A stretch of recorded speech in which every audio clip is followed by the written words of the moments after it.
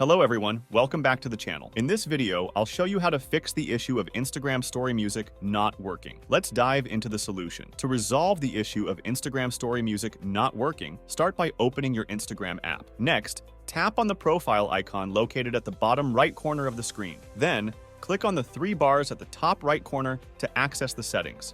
Under the Professional section, locate and tap on Creators Tools and Controls. Then, find the Switch Account Type option, which is the fourth option from the bottom. Click on it to proceed.